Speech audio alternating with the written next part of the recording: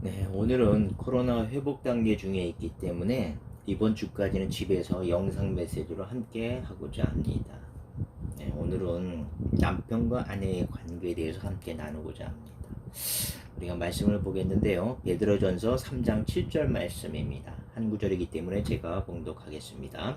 남편들아 이와 같이 지식을 따라 너희 아내와 동거하고 그를 더 연약한 그릇이요 또 생명의 은혜를 함께 이어받을 자로 알아 귀히 여기라. 이는 너희 기도가 막히지 아니하게 하려 함이라. 아멘. 우리는 이 파더와이저런 과목 가운데 거룩한 아버지, 경건한 아버지 이런 말들을 참 많이 이야기하게 되죠. 자, 그럼 과연 우리가 거룩, 경건이라는 말이 무슨 뜻일까? 우리 잠시 이 부분을 한번 생각해보고 넘어가보자 합니다. 우리는 거룩의 개념을 자칫하여 잘못하면 어떤 보여지는 것에 초점이 맞춰지다 보면 거룩을 오해하는 경우가 종종 있는 것 같아요. 마치 옛날의 선비들처럼 어떤 걸음걸이라든가 어떤 말투, 웃는 모습들, 웃음소리 이런 예의범절들의 어떤 형식에 너무 치우친 것처럼 오늘날 우리 신앙생활에서도 이런 모습이 보이지 않나 싶어요.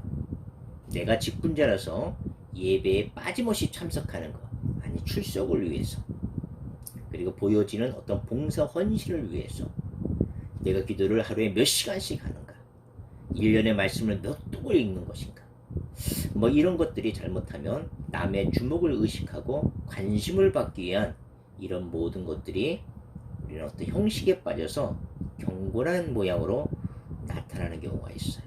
그렇다 보면 어떻게 해요? 경건의 능력은 상실된다는 얘기예요. 다시 얘기해서 죄를 이길 수 있는 경건의 능력이 상실된 신앙생활을 하고 있지 않나 우리는 이렇게 되돌아보게 됩니다. 우리가 성경을 말하는 거룩을 원한다면 우리는 세상에 대한 관심을 줄이고 하나님에 향한 어떤 무한한 관심을 가지고 우리의 영과 혼과 육이 오직 하나님의 목적을 위해 사용되도록 우리가 세상 가운데서 우리 자신을 따로 구별하여 하나님께 드리는 것이 바로 거룩의 출발일 것입니다. 그러므로 우리는 거룩이란 우리가 예수 그리스도와 하나가 되어서, 즉 연합되어서 예수님이 우리를 다스리시고 우리를 통치하심으로 말미암아 그의 생명이, 예수 그리스도의 생명이 우리를 통해서 드러나면서 우리가 예수님의 삶을 살아가는 것, 이런 것들을 우리는 거룩이라고 정의할 수 있겠습니다. 예, 벌써 우리가 7주째 Father Wise with Jesus의 관계를 들어가게 되는데, 오늘은 이제 남편과 아내의 관계를 우리가 함께 나누고자 합니다. 여러분, 자녀에게 줄 수 있는 최고의 선물이 무엇일까 한번 생각해 보셨나요? 아마 여러 가지가 있을 거예요. 저는 아내를 사랑하는 것이 바로 자녀에게 줄 수 있는 최고의 선물이 아닌가 싶어요. 우리는 사회에서 자격증을 따는데 많은 시간과 노력을 들여서 공부도 하고 훈련을 통해서 자격증을 어렵게 취득합니다.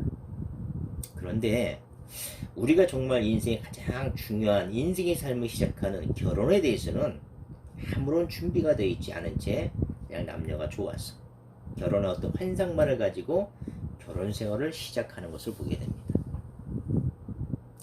우리는 사회의 자격증도 이런 시간과 노력을 들여서 자격증을 어렵게 취득하는데, 정말 우리의 결혼이 어떤 미래를 향한 어떤 준비 없는 결혼 생활을 시작하게 된다면 우리는 얼마나 가지 못해 어떤 각자의 성격 차이라든가 어떤 자라온 문화 차이를 극복하지 못하고 어려운 난관에 부딪히고 만다는 것입니다. 정말 남성으로서의 어떤 위치와 역할을 제대로 인식하지 못한 우리의 결혼 생활은 우리는 돌이킬 수 없는 인생의 슬픈 이야기로 끝나게 된다는 것입니다. 그러므로 결혼에 있어서 남성의 어떤 위치와 역할은 참 중요해요.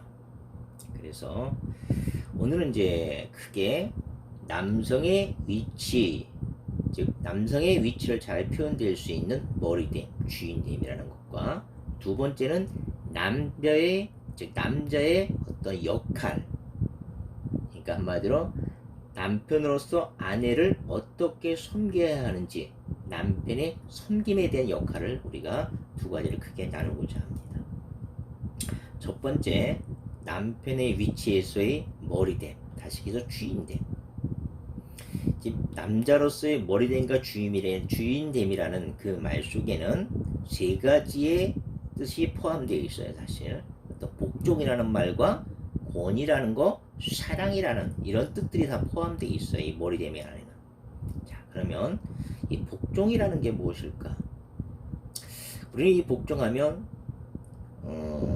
어떻게 생각하기에 가정에서 남자가 머리됨, 주인됨이라는 것은 그 안에 복종이라는 뜻이 있는데, 이 복종이라는 의미가 아내가 먼저 남편에게 복종해야 되지 않나, 이런 생각을 갖게 돼요. 그러나 우리가 고린도전서 11장 3절을 보게 되면, 그러나 나는 너희가 알기를 원하노니 각 남자의 머리는 그리스도요, 여자의 머리는 남자요, 그리스도의 머리는 하나님이라, 이렇게 말씀했어요. 그러니까 여자의 머리는 남자요, 맞어요. 그러니까 여자가 남자의 복종을 해야 된다, 이렇게 이해할 수 있어요. 근데 이 성경 말씀에 보게 되면 여자의 머리는 남자요 전에 뭐라고 나온다면, 남자의 머리는 그리스도요, 그리고 여자의 머리는 남자, 이렇게 나왔다는 얘기예요. 그러니까 여자의 머리는 남자이기 전에 남자의 머리는 그리스도라고 표현되어 있어요. 그 얘기는 무엇입니까? 남자가 먼저 그리스도에게 먼저 복종해야 된다, 그런 뜻이에요. 그러니까 여자가 남자에 복종하기 전에 남자의 머리는 그리스도이기 때문에 남자는 그리스도에게 복종하고 순종해야 된다, 그런 얘기예요. 먼저 순종과 복종을 보여줘야 된다, 그런 얘기예요. 자, 그러면 우선순위가 남자가 그리스도에게 먼저 복종을 해야 된다는 건데, 그러면 이 복종이라는 의미를 우리가 한번 살펴보고 싶어요. 자, 우리가 에베소 5장 21절 24절을 보게 되면, 아내들이여 자기 남편에게 복종하기를 주께 하듯 하라. 이는 남편이 아내의 머리됨이 그리스도께서 교회의 머리됨과 같음이니 그가 친히 몸이 꾸주시니라. 그러나 교회가 그리스도께 하듯 아내들도 범사에 그 남편에게 복종할지니라, 이런 말을 보게 돼요. 자, 그럼 여기서 이 복종이라는 말을 봤을 때 사도 바울이 이렇게 얘기한 거지 않습니까? 아내들이요 자기 남편에게 복종하라, 이렇게 말씀하시는 것 같아요. 이 당시에 이 아내들, 즉 여자들은 어떤 물건처럼 취급되기도 하고 법적 권리가 주어지지 않았어요. 그래서 그들의 기도문에 보게 되면, 하나님이 저를 이방인이나 종이나 여자로 태어나지 않게 해주셔서 감사합니다, 이런 기도문을 올리게 돼요, 보면. 그래서 그만큼 이 여자에 대해서 어떤 권리라든가 어떤 물건처럼 취급되는, 인격이 무시된 그런 사회였던 건 사실이에요. 근데 사도 바울은 그런 의미에서 아내들이요 자기 남편에게 복종하라, 이렇게 얘기했다고 한다면 그건 오산이라는 얘기예요. 근데 많은 사람들이 사도 바울이 이 에베소 5장 21, 24절의 말씀을 가지고 오해했던 부분이 있어요. 아내들이요 남자에게 복종하라, 이 말 때문에 그들은 이렇게 오해했던 거죠.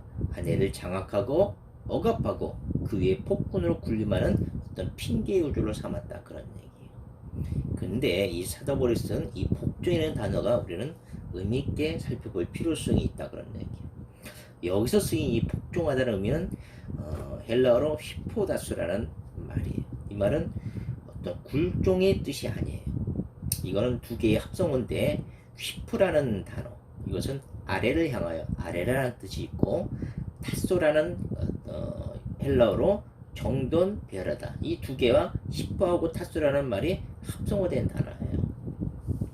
자, 그러면 우리가 이 히포다소가 합성인데, 휘포는 아래를 향하여, 아래로란 뜻이고, 타소는 정돈, 배열하다, 정렬하다, 그런 뜻이 든 단어가 합쳐진 단어예요. 자, 그러면 여기에서 이 휘포다스라는 단어의 의미 안에는 이 타소에서 유래된 타시스라는 말이 있어요. 이 타시스라는 말은 뭐냐면 질서, 정돈, 계승이라는 뜻이 담겨 있다, 그런 얘기예요. 그러니까 원어적으로 타소에는 질서, 정돈, 계승이라는 뜻이 담겨 있다, 그런 얘기야. 그러니까 사도 바울이 하고 싶은 말은 여기서 뭐냐면, 여자가 남자보다 열등하다는 것이 아니라 하나님의 어떤 창조의 어떤 질서에 대한 순응으로 이해해달라 그런 얘기예요. 그래서 다시 이렇게 해석할 수가 있어요. 아내들이요, 하나님이 만드신 이 세계의 질서를 위해서 남편을 머리 자리에 놓아둬라. 이렇게 뜻을 표현할 수가 있다는 얘기예요. 그러니까 아내들이 어떤 굴종이라든가 굴복이라든가 예속, 종속의 뜻이 아니란 그런 얘기예요. 질서라는 개념이 이 복종에는 담겨 있다 그런 얘기예요. 질서 차원에서 남자를 머리 위에 두라 그런 얘기지, 오로지 여자가 남자의 굴복하고 굴종하고 예속되고 종속이라는 어떤 그런 뜻의 단어가 아니란 얘기예요. 자, 두 번째는 이런 복제는 의미가 질서의 의미가 있는 것처럼 또 이 머리됨에는 권위가 있어요. 근데 이 권위는 남 위에서 군림하는 권위가 아니라 파생된 권위를 얘기해요. 우리가 백부장이라는 그 로마의 장교를 보죠. 100명의 수하를 둔 장교가 있죠. 근데 이 백부장의 명령은 어디서 하달된 거예요? 로마 황제의 명령을 하달을 받아서 집행하게 되는 거죠. 명령이 하달되는 거예요. 그러니까 백부장의 명령은 어떤 명령이요? 로마 황제의 명령이라는 얘기예요. 다시기해서 백부장의 권위는 로마 황제로부터 내려온다 그런 얘기예요. 더 세밀하게 얘기하면 백부장의 권위는 로마 황제로부터 파생된 권위라 그런 얘기예요. 그죠? 백부장의 혼자의 권위가 아니라 백부장의 명령이 아니라 이것은 로마 황제로부터 떨어진 하달된 명령이에요. 그러니까 백부장의 권위 상징은 로마 황제라 그런 얘기예요. 자, 그렇다면 정말 우리가 가정의 머리가 된다는 것, 즉 남성이 가정의 머리가 된다는 것은 오직 나로 인해서 어떤 권위가 생겨난다고 생각하면 안 된다는 얘기예요. 아내보다 뛰어나서 능력이 많아서 그렇게 권위가 주어졌다 그러는 거 아니란 얘기예요. 아까 로마 황제처럼 우리는 그리스도의 명령에 따라 순종하고 복종함으로써 그분으로부터 오는 파생된 권위를 받게 된다 그런 뜻이에요. 그러니까 그때 여기 있어요. 남자의 머리는 그리스도요, 여자의 머리는 남자. 그러니까 남자가 그리스도, 예수 그리스도 앞에 순종과 복종함으로써 얻어지는 파생된 권위를 누리게 된다 그런 얘기야. 먼저 복종을 하는데 그 복종을 함으로써 파생된 권위를 누리게 된다 그런 얘기야. 그러니까 복종은 질서 차원이면서 이 권위는 우리가 순종을 통해서 얻어지는 권위. 이런 것들을 우리는 이야기할 수가 있어요. 세 번째는 이 머리됨, 주인됨이라는 것은 사랑이라는 단어를 또 내포하고 있어요. 우리가 창세기 1장, 2장에 보게 되면 이런 말씀들이 있어요. 하나님이 자기 형상, 곧 하나님의 형상대로 사람을 창조하시되 남자와 여자를 창조하시고 아담이 이르되 이는 내 뼈 중에 뼈요 살 중에 살이라. 이것을 남자에게 취하였은즉 여자라 부르리라 하니라. 이러므로 남자가 부모를 떠나 그의 아내와 합하여 둘이 한 몸을 이룰지니라. 아멘. 여기서 그의 아내와 합하여 둘이 한 몸을 이룰지라. 여기서 한 몸. 그러니까 한 몸이라는, 둘이 한 몸이라는 건 뭐예요? 먼저 한 몸에서 시작되는 얘기예요. 그러니까 하나라는 얘기죠. 그 얘기는 뭐예요? 아담의 갈비뼈로부터 시작돼서 바로 하와가 그 만들어졌던 것처럼, 즉 아담의 한 몸에서 하와가 갈비뼈를 통해서 창조된 것처럼, 즉 한 몸에서 시작되면 우리는 하나라 그런 얘기예요. 그러니까 영적으로, 정서적으로, 육체적으로 연합된 한 몸이라는 뜻이에요. 그러니까 부부는 아내와 합하여 둘이 하나다 이렇게 말씀하신 거예요. 그래서 베드로전서 3장 7절을 보게 되면 이런 말들을 하죠. 남편들아 이와 같이 지식을 따라 너희 아내와 동거하고 그를 더 연약한 그릇이요 또 생명의 은혜를 함께 이어받을 자로 알아 귀히 여기라. 이는 너희 기도가 막히지 아니하게 함이라. 이 본문의 말씀이에요. 자, 여기서 지식을 따라 너희 아내와 동거하라. 이 얘기는 뭐냐면 어떤 이 지식이라는 것은 결혼 관계에 대한 인식을 가지고 아내와 함께 동거하라, 살아가라 그런 얘기예요. 이 결혼 관계에 대한 인식은 뭐예요? 아까 복종이라는 말은 질서 차원에서 얘기해 주는 거예요. 굴복이 아니라, 종속이 아니라는 얘기예요. 아내가 남자한테. 그죠? 그리고 또 이 권이라는 얘기는 또 뭐였어요? 우리가 그리스도에게 우리가 복종 순종으로써 얻어지는 파생된 권위를 얻게 되는 거예요. 그죠? 그래 이런 어떤 그 결혼 관계에 대한 어떤 인식을 가지고 아내와 함께 동거하면서 살아라 그런 얘기야. 그리고 그를 더 연약한 그리스도 또 생명의 은혜를 함께 이어받을 자로 아주 귀하게 여기라. 그리고 중요한 말이 있어요.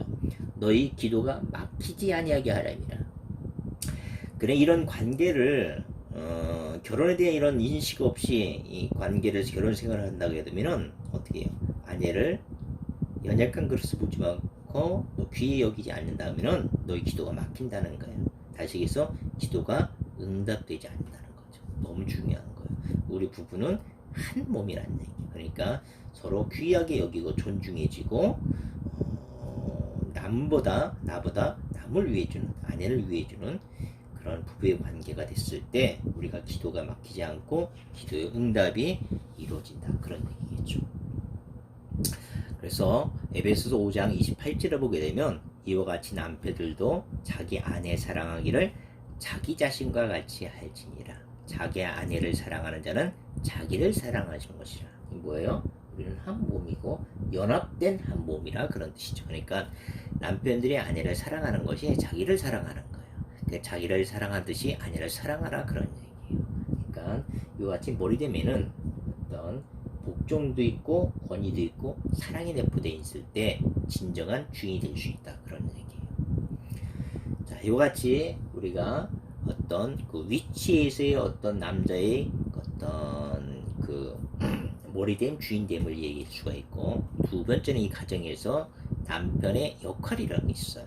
그 남편의 역할은 섬김을 얘기하겠죠. 어떤 섬김이 남자로서 이 가정에서 역할을 가지고 있는지 세 가지로 우리는 구분해 나갈 수가 있어요. 자, 남편을 섬김했을 때의 역할, 남편의 역할이죠. 섬김의 역할이 있다는 얘기예요. 세 가지를 섬길 수가 있어야 된다 그런 얘기죠. 가정에서 첫째는 아내를 제일 우선순위를 둬야 된다 그런 얘기예요. 물론 예수님과의 관계, 하나님과의 관계를 제외하고 우리 가정에서의 관계를 얘기해 주는 거예요. 그러니까 아내를 제일 우선순위로 두라 그런 얘기예요. 우리는 많은 취미들을 갖고 있죠. 그래서 어떻게 보면 이 취미들이 아내와 함께 있는 것보다 더 많이 시간을 취미에 쏟아붓는 경우가 참 많아요.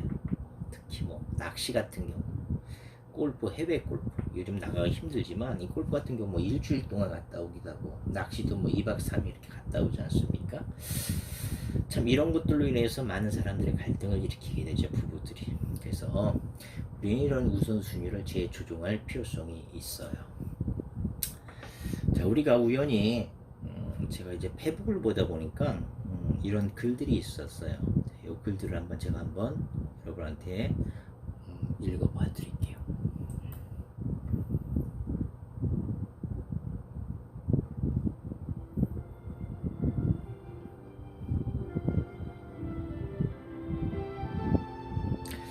주부를 대상으로 한 어느 강의 시간이었던 것 같아요.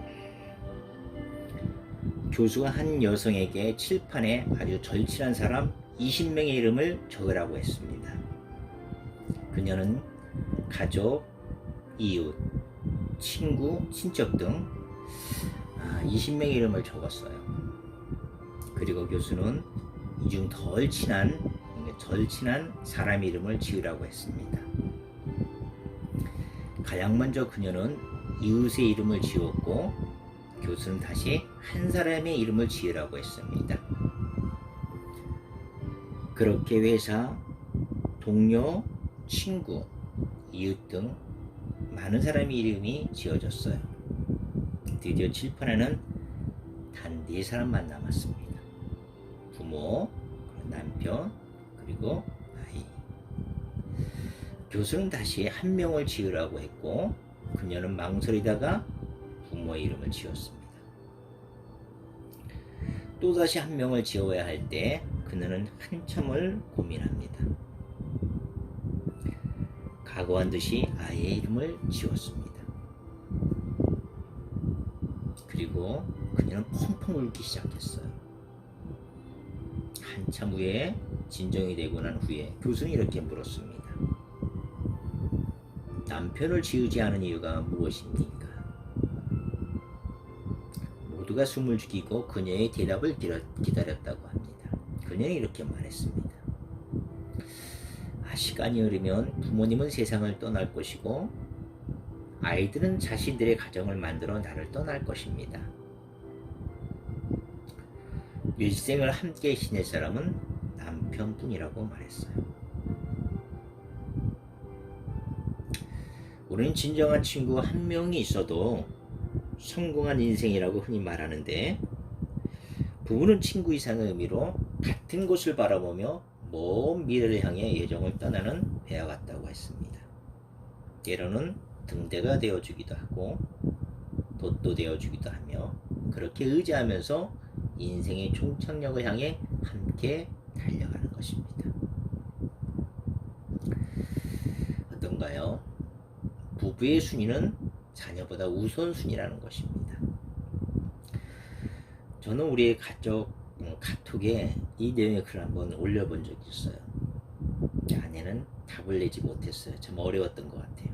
아마도 가족 톡이다 보니까 우리 가족들이 그것을 다 보게 되다 보니까 선뜻 답을 내기 어려웠던 것 같아요. 아무튼 우리는 남자의 역할로서의 남편을 섬기면서 아내를 제일 우선 두기를 해야 된다는 것과, 또한 남편으로서 해야 될 일이 아내와의 관계 가운데 대화하는 방법이 좀 우리는 필요성이 있어요. 우리는 세 가지를 정말 대화하는데 각 필요한 말들을 우리는 했으면 좋겠어요. 에베소서 4장 29절을 보게 되면, 무릇 더러운 말을 너희 입 밖에도 내지 말라. 오직 덕을 세우는데 소용하는 대로 선한 말을 하여 듣는 자들에게 은혜를 끼치게 하라. 이런 말들이 있어요. 첫 번째는 대화하는 방법에는 우리의 목소리가 억세고 거친 말이면 안 되겠죠. 그래서 온유한 음성으로, 다정하고 편안한 음성으로 아내와 대화를 해야 된다 그런 얘기예요. 사실은 제 아내가 제 목소리가 좋았기 때문에 전화통화를 굉장히 많이 했었어요. 사실 지금은 제 목소리가 많이 변질됐죠. 예전에는 목소리가 좀 좋았다고 그렇게 얘기했던 것 같아요. 이와 같이 목소리가 다정하고 온유한 목소리면 참 대화하는 데서 교감이 이룰 수 있다 그런 얘기죠. 두 번째는 얼굴은 우리의 몸의 언어라고 얘기하는 것처럼 얼굴 표정을 우리는 잘 표현해야 될 것 같아요. 그래서 아내는 늘 우리 남편의 얼굴 표정을 읽고 있죠. 그래서 어떤 찡그럽고 짜증스러운 어떤 얼굴의 표정보다도 미소 짓고 다정한 모습으로 아내와 늘 대화해야 된다 그런 얘기. 그리고 세 번째는 참 중요한 거죠. 아내와의 대화의 가운데 있어서 아내의 눈을 자주 주시하면서 봐야 된다 그런 얘기. 우리가 상대편의 눈을 주시하지 않으면 친밀한 대화가 이루어지지가 않아요. 대화에 집중을 안 하는 것으로 오해받기 쉽다 그런 얘기예요. 아마 건성으로 듣는 것 같기도 하고 진지한 어떤 모두의 대화가 아닌 것으로 보인다는 것이에요. 그래서 눈을 주시하면서 대화하는 것은 상대방은 자기를 인정해 준다는 느낌을 받는다는 것이에요. 그래서 우리가 대화할 때 목소리를 온유하고 다정한 목소리로 해야 되는 거고, 우리가 얼굴 표정은 징그럽고 짜증스러운 표정이 아니라 미소 짓고 다정한 모습의 표정을 짓고 아내의 눈을 주시하면서 우리는 대화해야 된다 그런 얘기예요. 세 번째는 칭찬을 해줘야 돼요. 칭찬은 고래를 춤추게 한다는 말도 있죠. 그래서 아내가 남편을 칭찬하면 남편은 어린아이가 되고, 남편이 아내를 칭찬하면 여왕이 된다는 말이 있어요. 우리는 부모가 걸어가는 길에 아이의 미래가 보인다고 합니다. 부모는 아이에게 어떤 모습을 보여주는가에 아이의 미래가 결정된다고 합니다. 특히 아빠의 존재는 엄마의 존재만큼 아이에게 엄청난 영향을 준다고 합니다. 인생에서 처음 만나는 믿음직하고 힘이 센 그 첫 번째 남자가 바로 아빠이기 때문입니다. 그러므로 우리는 하루에 한 번 자녀들 앞에서 아내를 칭찬해야 한다는 것입니다. 정말 아이가 행복하기를 원한다면 부부가 먼저 행복한 모습을 보여줘야 합니다. 부모가 서로 사랑하고 존중하는 그 모습을 보며 자란 아이들은 어떤 심리적 이유로 안정되고 편안한 그런 가족에 대한 소중함, 자신감을 갖게 해준다는 거예요. 그래서 아빠가 엄마를 사랑하는 모습을 아이에게 보여준다면 이는 어떤 것보다도 아이에게 긍정적인 영향을 미칠 것이라는 것입니다. 그래서 우리는 하루에 한 번 아이들 앞에서, 자녀들 앞에서 아내를 칭찬하는 아빠의 모습을 보이는 것입니다. 만약에 우리가 어쩔 수 없이 아이들 앞에서 아내와 다투는 모습이 보일지라도 반드시 아이들 앞에서 화해하는 모습을 보여야 한다는 것입니다. 아이들이 친구와 싸우면 우리가 화해하기를 강요하지 않습니까? 정작 부모가 그렇지 않다면 그것은 모순이기 때문에 아이들은 그것을 따르지 않는다는 것이에요. 아내와 아이들은 아빠의 사랑을 확인하고 싶어 합니다. 가정은 아이가 경험하는 첫 번째 사회입니다. 아내를 존경하고 아내를 사랑하는 모습을 끊임없이 보인다면 아이들은 몸과 몸이 건강한 아이로 자라게 될 것입니다. 그러므로 좋은 아버지가 될 수 있는 최선의 방법은 바로 이런 좋은 남편이 되는 것입니다.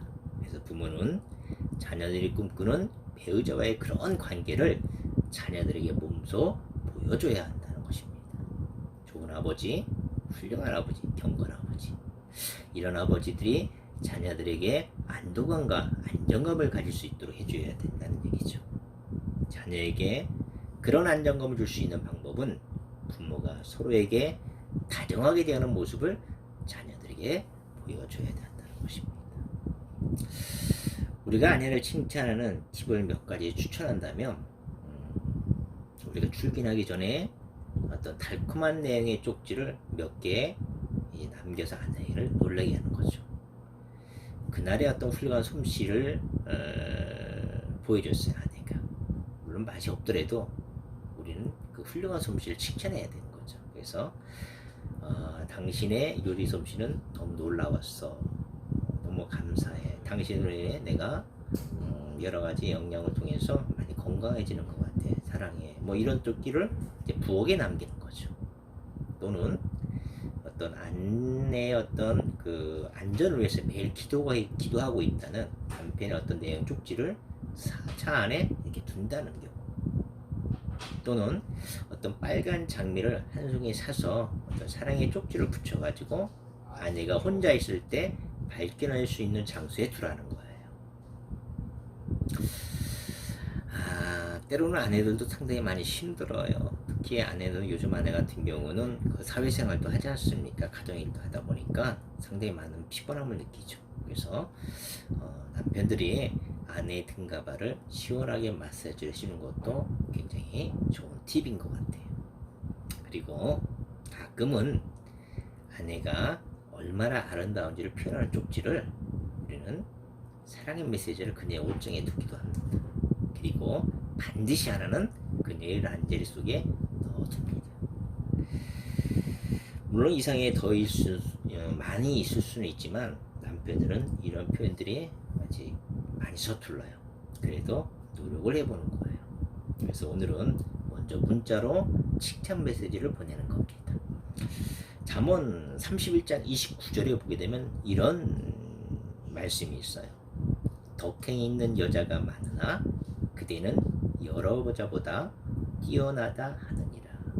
이런 잠언 31장의 말씀을 그대라는 말에 아내의 이름을 넣는다든가 아내를 당신이라는 표현으로 문구를 써내면 좋을 것 같아요. 첫 줄에 이렇게 쓰는 거죠. 잠언 31장 29절의 말씀 그대로 적는 거예요. 덕행이 있는 여자가 많으나 그대는 여러 여자보다 뛰어나다 하느니라. 이 정상적인 말씀을 적고 그 밑에 줄에 이렇게 적는 거죠. 덕행 있는 여자가 세상에 참 많으나 당신은 다른 여자들보다 가장 뛰어납니다. 사랑합니다. 이렇게 표현해서 문자를 보내는 거예요. 이런 문자라든가 이런 친절한 팁을 갖고 있다 그러면 어떤 가정에서 남편으로서 아내에게 역할들 또 가정에서 자녀들에게 역할들에 한층 더 보기 있는 참된 사랑의 어떤 행복한 모습을 보여주시지 생각이 들어요. 그래서 오늘도 이제 주말이지만은 정말 행복한 주일 되기를 소망하면서 주 안에서 평안하기를 소망합니다.